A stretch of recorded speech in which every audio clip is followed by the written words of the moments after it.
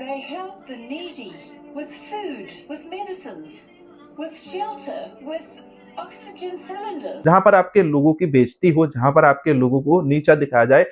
वाहेगुरु जी का खालसा, वाहेगुरु जी की फतेह। दोस्तों, गोरों ने सिखों के बारे में बहुत सारी बातें बोली है, लेकिन इस बार एक बुजुर्ग गोरी ने सिखों के बारे में जो बातें बोली है वो आपको हैरान कर देगी। दोस्तों, दुनिया के अंदर हर एक बंदे का एक अक्ष होता है, उसकी मतलब एक पहचान होती है, अपनी आइडेंटिटी होती है। जब कोई अपनी पहचान से, अपनी आइडेंटिटी से, अक्ष से कहीं पर भटकता है और सामने वाला जब उसको याद करवाए तो वो बात बहुत महत्वपूर्ण होती है। यहाँ पर इंग्लैंड की एक गोरी महिला ने दो पंजाबियों को ये याद करवाया कि वो कौन है। जब दोनों ही पंजाबी पैसे के लिए उस महिला के साथ, बुजुर्ग महिला के साथ वो शादी कर लेते हैं। असल में ये एक फिल्म का सीन है, फिल्म रणजीत बावा की और गुरप्रीत घुग्गी की परोहना 2। लेकिन जब इनकी बातचीत बहुत ज्यादा आगे बिगड़ जाती है तो यहाँ पर जो गोरी महिला है इन दोनों को ये बातें याद करवाती है कि तुम कौन हो, मुझे पता है कि तुम लोग मुझे लूट कर भागने वाले नहीं हो। महिला को पंजाबी नहीं आती, वो समझती नहीं है, लेकिन वो अंग्रेजी के अंदर बात करती है। लेकिन वो इनके हाव भाव समझ के इनको इस प्रकार से समझाती है और इनको सारी बात समझ आ जाती है। पहले आप ये वीडियो देखो, बाकी की बात मैं आपको इसके बाद में बताता हूँ। No one's a cheater. How can you be cheaters when you're both Sardars? I have read up about your religion more than you know. And Sikhs give langar. They help the homeless. They help the needy with food, with medicines, with shelter, with oxygen cylinders. And during this last pandemic, it was the Sikhs who helped the people. How can they be cheaters? Binda, I just want to thank you for the beautiful memories that you gave me caring for this old, aging, unwell lady. Thank you. Thank you. देखो, रणजीत बावा और गुरप्रीत घुग्गी की film थी परोहना 2। उसके अंदर दोनों ही एक बुजुर्ग महिला, 70 साल की महिला के साथ शादी कर लेते हैं जो बीमार रहती है उसके पति की मौत के बाद। अब उस महिला को सरदारों को देखकर काफी अच्छी फीलिंग आती है और वो सरदारों से, दो सरदारों से शादी कर लेती। एक भाग जाता है तो दूसरे से कर लेती है। लेकिन ये दोनों ही जो सरदार बनते हैं, ये दोनों कहीं ना कहीं किसी न किसी करेक्टर के, जो फिल्म के अंदर करेक्टर बना उसकी बात कर रहा हूं मैं, तो वहां पर उस महिला को चीट करने की बात करते हैं अपने अपने तरीके से। लेकिन महिला दोनों की चीजों को भाप जाती है और उनको याद करवाती है कि तुम लोग सरदार हो, तुम दोनों ही सरदार हो और सरदारों का किरदार क्या है। सरदारों के किरदार की बात कलकत्ता के अंदर भी होती है।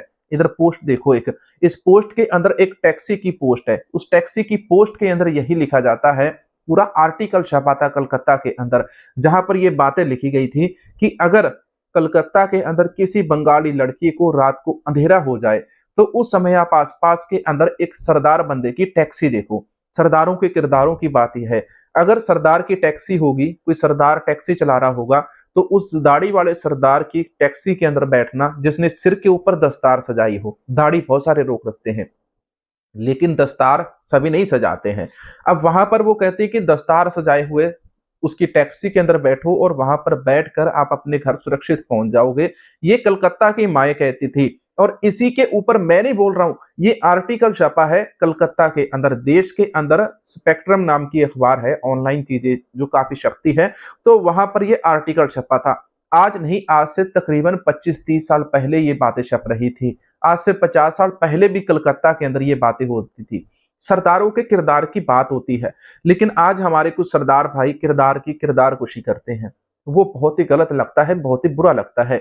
फिल्म का सीन मैंने आपको इसलिए दिखाया क्योंकि यहाँ पर इससे एक बात समझने में आपको आसानी हुई होगी कि आपका किरदार क्या है। अपने किरदार की किरदारकुशी मत कीजिए, क्योंकि आज के समय बहुत सारे ऐसे लोग विदेश के अंदर जा चुके हैं जो लड़कियों के साथ पब के ऊपर डांस कर रहे हैं। बहुत सारे आपने वीडियो देखे होंगे, नहीं देखे तो एक वीडियो में यहाँ पर आपको दिखाने की कोशिश करता हूँ। ये बंदा खुद को सरदार समझता है, सरदार होकर एक लड़की के साथ कैसे अश्लील डांस ये सड़क के ऊपर कर रहा है। अब सोचो, अब इसी प्रकार से बहुत सारे सरदार विदेश के अंदर जाकर दाढ़ी भी रखी हुई है, दस्तार भी सजाई है और सड़क के ऊपर खड़े होकर वो सिगरेट फूकते हैं। अब उस सिगरेट फूकने वाले को आप क्या कहोगे? वो एक बंदा बाकी की पूरी कम्युनिटी को उसकी किरदार कुशी कर रहा है पब्लिक के अंदर खड़े होकर। अगर इस बंदे ने ये गलत काम करना था तो तुम्हें सरदार होने की क्या जरूरत है? तुमने खुद को सरदार भी कहलाना है और किरदार की इज्जत भी नहीं रखनी। अगर तुम सरदार हो तो सरदार तभी तुम हो सकते हो जब तुम्हारा एक किरदार है। अगर तुम्हारा किरदार नहीं तो तुम सरदार कहलाने के हकदार नहीं हो।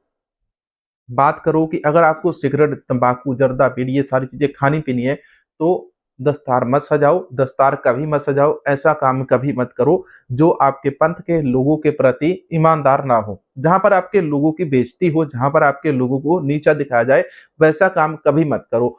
तो सरदारों के किरदार की दोस्तों जब बात होती है तो ये बात हर देश के अंदर चलती है।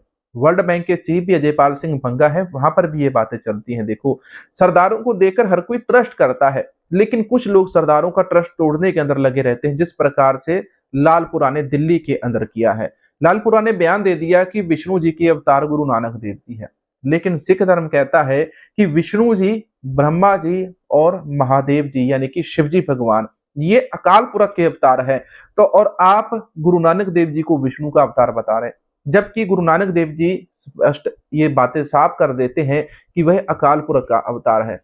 ये बातें गुरबाणी के अंदर लिखी हुई है। अकाल पुरख ने गुरु नानक देव जी के रूप में धरती के ऊपर अवतार धारण किया है, प्रगट हुए हैं। अवतार नहीं, प्रगट हुए, गुरु नानक देव जी के रूप में प्रगट हुए हैं। अवतार देवी देवताओं के साथ जुड़ा होता था, यहाँ पर बात अवतार की नहीं है, यहाँ पर बात है प्रगट होने की। गुरु नानक देव जी प्रगट हुए धरती के ऊपर गुरु नानक देव जी के रूप में अकाल पुरख। लेकिन यहाँ पर जो दिल्ली के एक प्रधान है लालपुरा, यह माइनॉरिटी कमीशन के एक प्रधान है और उन्होंने ये बयान दे दिया कि जो सनातन है, सनातन के अंदर पहले सतयुग के अंदर विष्णु जी का अवतार हुआ, अकाल पुरख ने विष्णु जी के रूप में अवतार लिया। फिर विष्णु जी ने द्वापर के अंदर कृष्ण जी के रूप में अवतार लिया, त्रेता के अंदर वो राम के रूप में आए और कलयुग के अंदर गुरु नानक देव जी के रूप में विष्णु जी ने अवतार लिया। ये बातें उन्होंने बोली थी, तो उसका बहुत तेजी से विरोध हो रहा है। ये बातें गलत है कि आप सरदार हो, स्टेज के ऊपर खड़े हो और अपने ही सरदारों की किरदार कुशी करने के अंदर आप लगे हो। देखो, सनातन धर्म बुरा नहीं, ना मुसलमान ना हिंदू बुरा है, धर्म तो सभी अच्छे हैं, कोई भी धर्म बुरा नहीं है। लेकिन जिस प्रकार से आपके बोलने का नजरिया है ना, ये कहीं ना कहीं लोगों के अंदर नफरत पैदा कर देता है।